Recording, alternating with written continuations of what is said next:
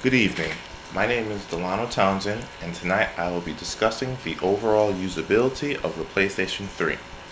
When a user turns on the PlayStation 3, they are greeted with a menu known as the Cross Media Bar, or XMB, and on this XMB, there are a list of various options and selections for the user to navigate through depending on the purpose of their use.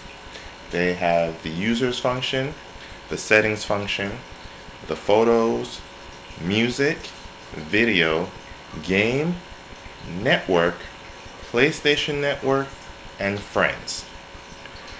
To some people, this setup looks very easy, very straightforward, and to the point, but to users who are not used to the PlayStation 3 setup or friends that come over, this sometimes can be very confusing.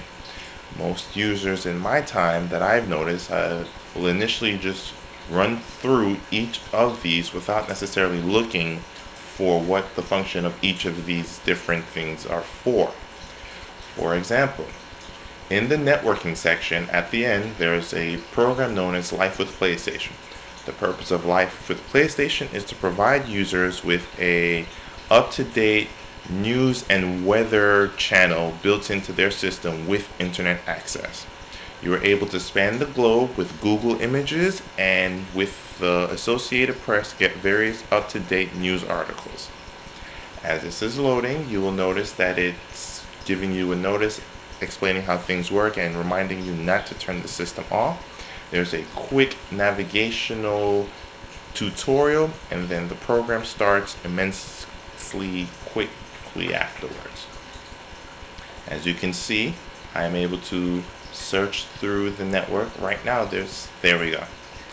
As you can see, I'm able to go through the worlds. I can zoom out, zoom in, and check just about any part of the country and figure out what's going on, what their weather is, and what various news articles might be.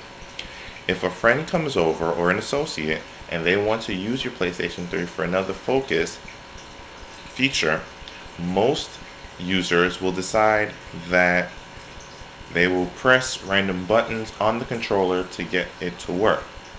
Unfortunately, the PlayStation 3 does not work that way, especially for this function.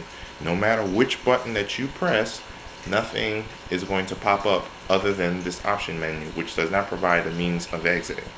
In order for a user to exit, they have to press the PlayStation Home button on their controller, and then this brings up the navigational system, the cross media bar once again.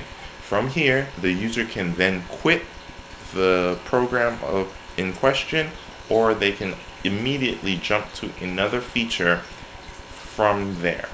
For example, if I wanted to play a game, I can slide over to the game section, go down into the folder, and select a game that I would like to play. Upon selecting a game, this precautionary warning pops up letting them know that they have to quit this, and then they ask if you want to quit. Upon selecting yes, you're greeted with the please wait sign, and then after a few moments you'll see the PlayStation 3 logo pop up. As you can tell, I'm not using any sound for the purpose of this presentation. Oh, just kidding, there's a sound. Once that pops up, there's a little bit more waiting for the loading time, a couple screen blinks, and there you go. Now, if you reach a point while you are playing a game and you realize that you do not want to play this game, or you in fact want to do something else, once again, you would have to press the PlayStation Home button. This will pop up, and from here, if you want, you can select quit, and it will quit instantaneously. I feel that with the overall design of the system, there are rooms for improvement.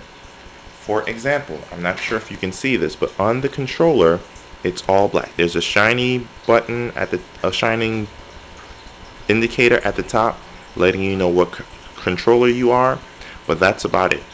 I feel with this button in the middle, the PlayStation button, maybe if they had given it the option of lighting up So users, when they pick up the control, they'll be focused in on it and realize that this is the button of destiny, the button that starts a lot of the features, as opposed to just ones to randomly press or shift one of these buttons.